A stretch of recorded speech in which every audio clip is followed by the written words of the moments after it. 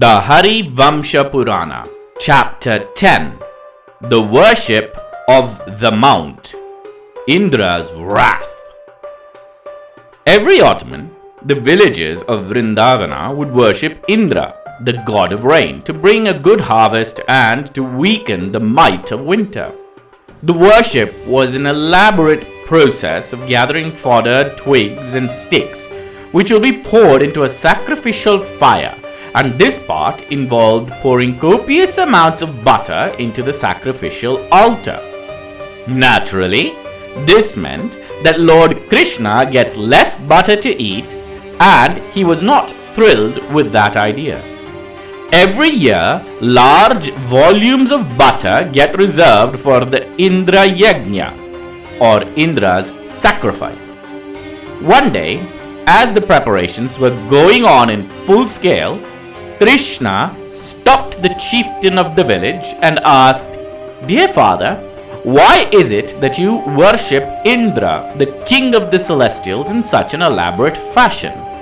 Nanda, the chieftain of the village, said, "O sweet child, it is through the might of Indra that we are all sustained. Indra, accompanied by a host of celestial beings, brings forth the rains, fertility to our oxen and kine, and protects us from drought and famine. It is his duty to bring forth the rain and put a stop to drought. He should not be demanding a ritual sacrifice every year, especially since our cattle have not had any offspring for the past 3 years, and there have been no rains over the past 2 years. Our rains were very little and very intermittent the years before too," instructed the Lord. "We are milkmen. Our subsistence is on cattle, and our cattle are fed by this voluminous mountain, which is full of grass, known as Govardhana. This mountain also protects us from floods and torrential wind and rain. Hence, the Mount Govardhana is like a mother which nourishes her child. Indra is a god of rain and floods, and it is his duty to protect us, yet he has not brought forth the rains. But this mount, which is like the wish-fulfilling cow, ensures our sustenance. Therefore, dear father, instruct the men of the village to worship this wonderful mountain known as Govardhana," commanded the Lord. Nanda was stunned by the brilliant logic an 8-year-old child put forth. After the Serpent King incident, most members of the village started to blindly trust the God incarnate and follow his instructions without challenging it. This too was one such event. And when Lord Krishna spoke with such spectacular logic, the villagers all changed their worship and began offering butter in the sacrificial altar to Mount Govardhana.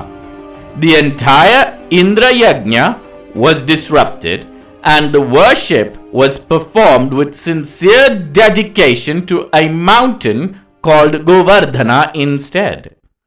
Indra, the lord of all celestial beings in heaven, realized that he did not get a share of the sacrificial butter from the fire sacrifice. He commanded Pushan, the messenger of the gods, to appear before him. "Pushan, what happened? Why have I not received my share of Havis from the village of Vrindavana from this year's annual harvest?" commanded the mighty lord of celestial beings, the great wielder of the thunderbolt, Indra. Pushan appeared in front of the great Indra and said, "O bringer of rains, harbinger of death to the Asuras, hear me, as I now know what has caused this calamity. The members of the village of Vrindavana decided to worship a mountain instead of you. Dear Rain Man, they offered all of their sacrificial butter to Mount Govardhana, and they offered not one handful to you," said Pushan, the god of meetings and messages. Indra roared in fury and was consumed with wrath. The entire host of celestials and demigods were terrified with his anger and fury. he commanded Vayu, the wind god, the Maruts who cause storms and torrential rains, to appear before him. Trembling before the fury of Indra, the gods assembled before him. "Go forth to the village of Vrindavana, which has dared to defy me. Go there and create a terrible storm. Flood the entire village," roared the mighty god of the celestials. The gods bowed low and fled to the village of Vrindavana, accompanied by Indra himself. As soon as the worship of the mount was completed, a loud and terrifying thunder was heard in the night sky. Winds blew in every direction. Trees were uprooted, and villages with thatched huts had their roofs torn apart. Catastrophe and calamity soon followed. "This is Indra's wrath! We have angered the gods!" screamed one of the villagers. Nanda, the chief, frantically tried to rally all the villagers into one spot. Lord Krishna, on the other hand, sat on top of a fence playing a flute, sporting a naughty smirk on his face. This was exactly what he wanted Indra to do. With tremendous effort, despite the weather conditions, Nanda had managed to round up the villagers, cattle, and provisions for a month. They looked at Lord Krishna, who then leapt out of the fence and made his way to the bottom of Govardhana.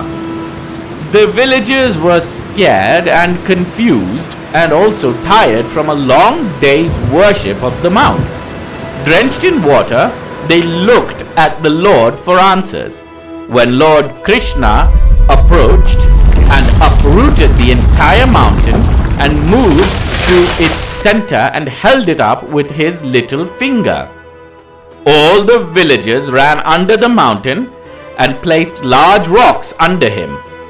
He climbed above the rocks and held the mountain higher so that all the members of the Vrindavana village could shelter under the mountain during the torrential rain.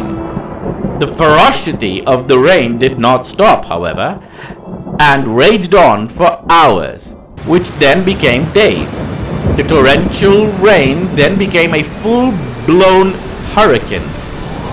Vayu, the wind god, was howling and hurling trees, rocks, and debris, but everyone who sought shelter under the mountain were unharmed. The mighty god Mahavishnu's incarnate protected all beings under the mountain, and the entire citizens of Vrindavana set up camp and began milking the cows and going about their day-to-day lives, while the Maruts and the storm gods and Vayu along with Indra wreaked havoc outside the perimeter of the mountain. Indra? My ancestor Arjuna's father? He was causing this havoc? Asked King Janamejaya. He was shocked and confused. Yes, my lord. The king of all celestial beings, known as Indra, had in some occasions grown a bit of ego. And this is the difference between a deity whose position is impermanent and the supreme lord of all beings, said the Rajaguru Vaishampayana. And Janamejaya asked, "But I do not understand. Why would a celestial being, that too a deity, engage in such mischief?" chuckled the Rajaguru Vaishampayana as Janamejaya nodded. Dear student, every being in this universe is subject to the 6 grave sins known as the Arishta Vargas. These are Kama, Krodha, Moha, Lobha, Mada, and Matsarya. And yes, even beings of divine nature can fall prey to this. Kama is excessive lust and overwhelming desire. Krodha is a wrath-like anger greater than fury. Moha is a delusional attachment, such as those who are addicted to intoxicants. Lobha is greed. Mada is pride. And the worst of all is Matsarya, the sin of envy. And as long as any being obtains pleasure through these sins, the gates of Vaikunta will remain firmly shut. To free Indra from Mada and Krodha, The mighty Mahavishnu, the kind, caring Lord of all beings, performed this Leela or play, said the Rajaguru Vaishampayana, and now Janamejaya understood.